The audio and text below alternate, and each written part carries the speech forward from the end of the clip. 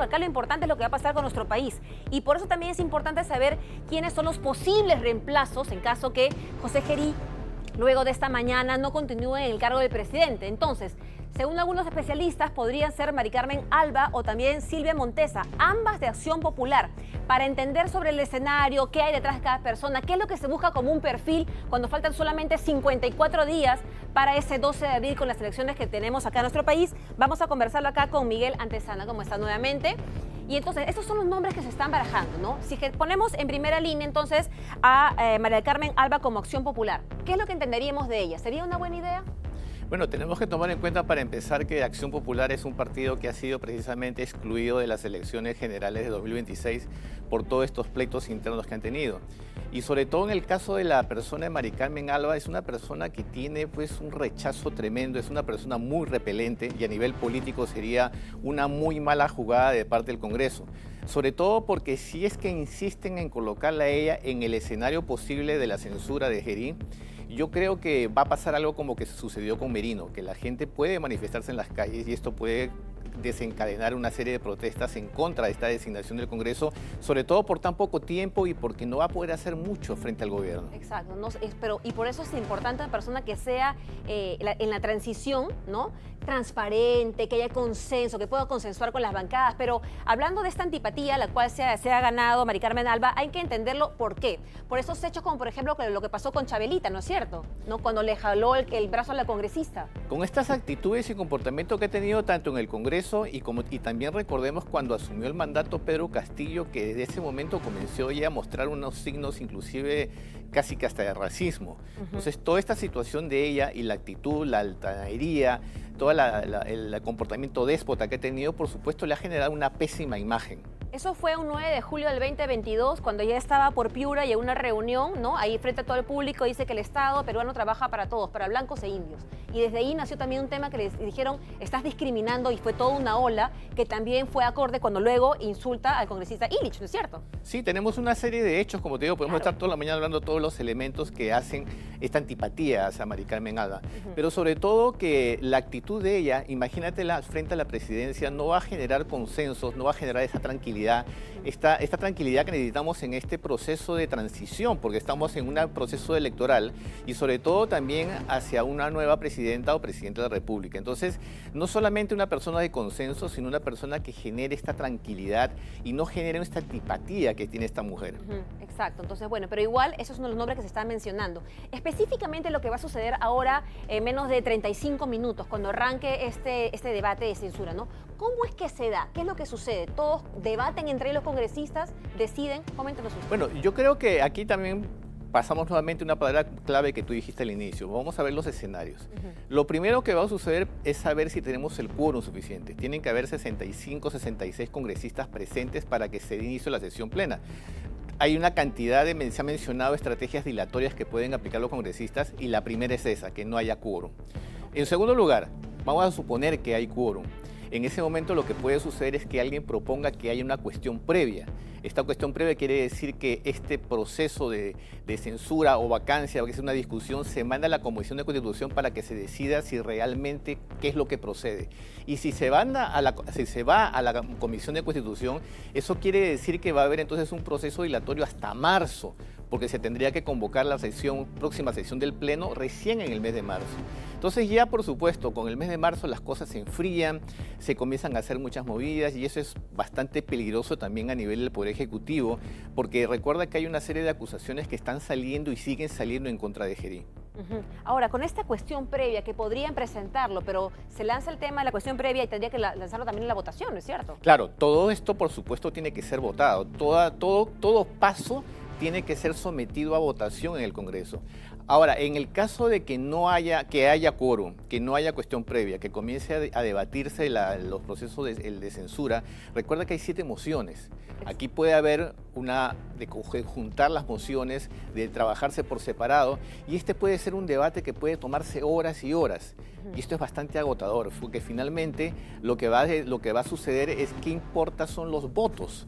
Y ahí también puede haber otro escenario, gente que se desaparezca misteriosamente, gente que se abstenga, gente que no vote, y lo que se necesita es la mayoría simple de los asistentes habilitados para esta sesión del Pleno. Es decir, la mitad más uno. La mitad más uno de los que estén. Como mínimo 60 y... No, primero para que la sesión del Pleno se instale tiene que haber 66. Ok. Ahora, vamos a suponer que hay 70. De esos 70, con 36, la mitad más uno, pueden censurar a la mesa directiva y por supuesto ahí también incluyen a Gerí. ¿Y qué pasa con esta alternativa que había propuesto Héctor Valer de Somos Perú para decirle al presidente que dé una cuestión de confianza? ¿Qué significa esa cuestión de confianza? Bueno, yo creo que demuestra una vez más la gran ignorancia del señor Valer a pesar de ser congresista. La cuestión de confianza se presenta solamente por temas de política de gobierno, no por personas. Y en segundo lugar, tiene que ver generalmente con el tema de la presidencia del Consejo de Ministros, porque estamos hablando de política de gobierno. Entonces, presentar una cuestión de confianza para él mismo es totalmente absurdo. Si es que, por ejemplo, demos el caso que finalmente sí se lleva a dar la censura y ya no es más presidente de la República José Gerí, ¿él regresa a su escaño como congresista? Él regresa a su escaño como congresista, pero sin embargo recuerda que también en estas últimas horas se ha aprobado una comisión investigadora para todo este proceso de estas citas extrañas con los chinos y otros procesos que mañana también hay citación, el empresario chino mañana. Exactamente. Entonces regresa a su curul de Congreso, pero eso no quiere decir que está libre de polvo y paja, sino que también puede someterse a investigaciones y ya tiene carpetas de investigación, fiscales de investigación abiertas, que esto también puede comenzar a correr con más facilidad porque ya no ocupa el cargo de presidente de la República. Igual tiene, o sea, claro, no es que se vaya a librar de las investigaciones que se le dan, tiene que seguir el curso claramente. No, para nada. Entonces, él no tiene inmunidad. No tiene inmunidad, exacto. Entonces, pero esto para el Perú, ¿qué representa? Estamos solamente a 54 días de las elecciones el 12 de abril, ¿no es cierto? Y ahora estar pensando en un cambio de presidente, nuevamente.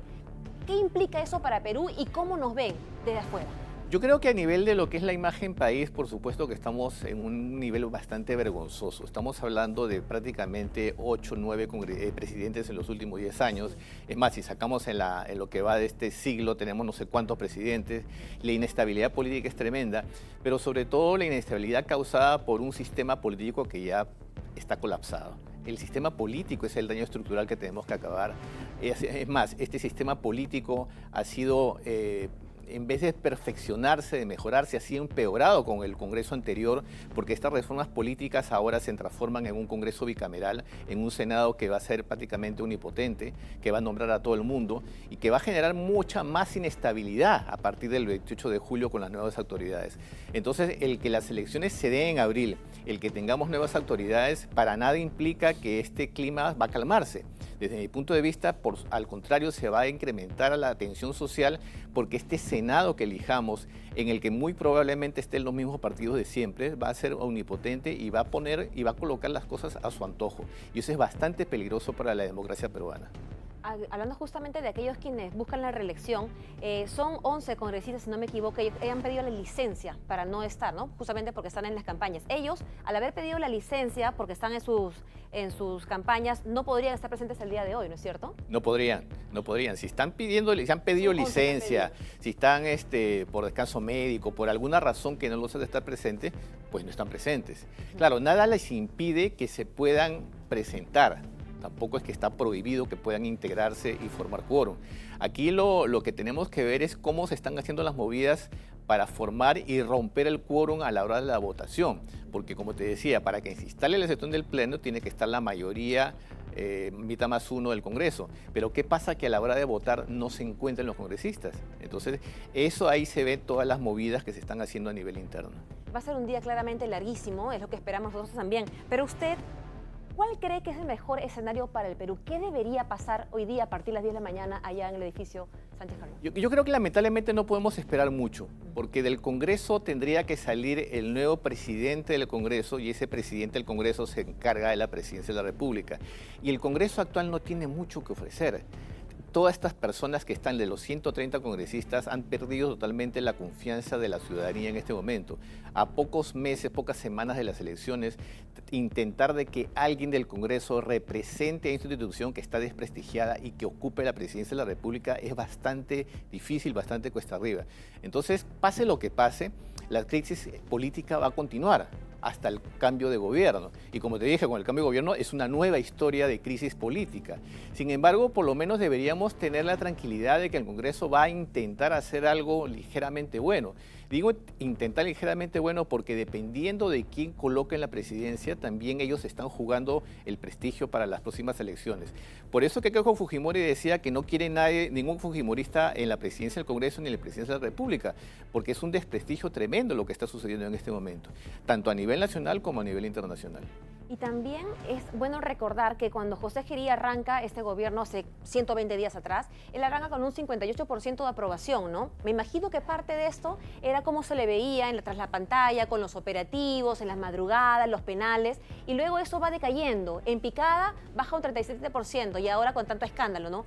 Lo cierto es que, ¿cómo cree usted que se ve esa percepción del peruano luego de tanto escándalo que hemos visto y todos somos testigos? Ese alta aprobación que tuvo Gerí cuando ingresó fue precisamente consecuencia de que Boluarte dejó la valla muy baja.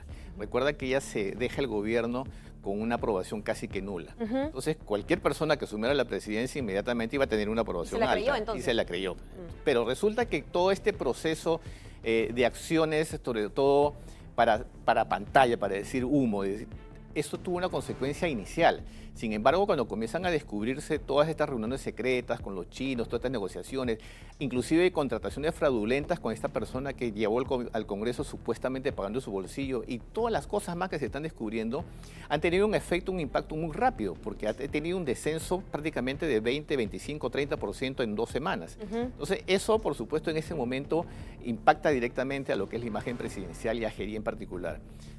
Por ese lado, él no tiene ningún soporte, ninguna legitimidad política. Si bien es cierto, la legitimidad viene por el lado de la Constitución, hay una legitimidad política que la ha perdido completamente. Entonces, lo más sensato en este momento, a pesar del poco tiempo que tenemos para las elecciones, es que cambien a esta persona, que la saquen del gobierno, porque está desprestigiando la figura presidencial. Ya para acabar, y entonces, ¿quién cree usted que debería estar ahí en el puesto de presidente hasta que sean las elecciones? Es bastante difícil decir un nombre. En este momento, como te decía hace un momento, de los 130 congresistas, yo creo que todos se pelean para ver cuál es el peor. Entonces, lamentablemente, tendrán que poner... Tiene que haber alguien, exactamente, tiene que haber alguien. No hay una figura como, por ejemplo, en el último caso que tuvimos de sucesión presidencial de Sagasti. No hay un Sagasti, entre comillas. No tenemos una persona que cercanamente pudiera tener algo de confianza. Entonces, eso es bastante grave. Y sobre todo que 88 de esos 130 congresistas piensan ir a la reelección. Entonces vamos a tener a la misma gente. Entonces lamentablemente es un panorama bastante turbio y ojalá se llegue a una solución de lo más sensata posible a pesar de todos los intereses que están en juego en el Congreso en este momento. Muchísimas gracias. Gracias por estar con nosotros y ayudarnos a comprender lo que está pasando, que es un día muy complicado.